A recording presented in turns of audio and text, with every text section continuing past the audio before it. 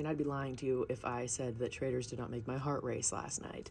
I loved the banquet scene. It was very interesting because I think it was very reflective. We went from talking about saying how, oh, if you go with everyone, you go further and don't put yourself first, to people like Natalie literally getting up and running for that potion. Anecdote?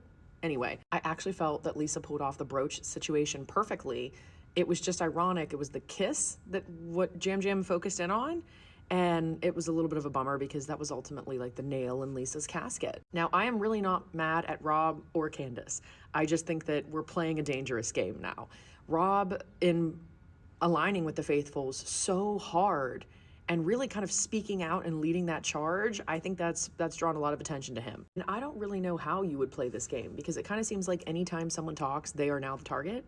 It's like you can't say or do anything. The only people who I think haven't been a target for being called a traitor is Johnny Weir and Tara Lipinski. Albeit they probably wouldn't call Tara, they would call her Tara. But it was a little risky putting yourself at the forefront, leading this charge against Lisa. It looks good that you got out a traitor, but everyone thinks Colton's a traitor because he led the charge against two innocent people and a traitor. So it's like a dangerous game we're playing, Rob.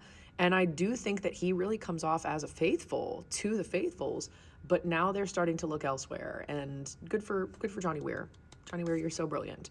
But Candace putting his name on there, I love it. I love that she took that shot. She was trying to stand up for her girl Lisa, but in turn, the other group is like, that's kind of weird, and why wouldn't she vote for Lisa? And I don't know. It's honestly like a catch-22. They're mad if you vote out a housewife as a housewife, but then they think you're a traitor when you don't.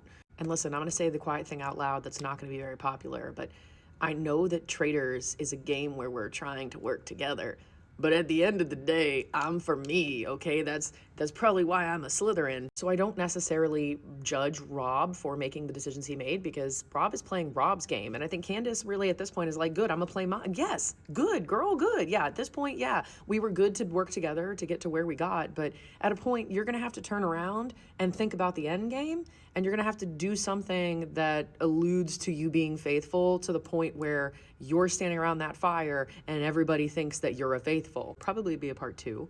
If you would like to see a part 2, put it in the comments. If you love traitors, hit the follow button, and I hope you stick around for some more deep dives.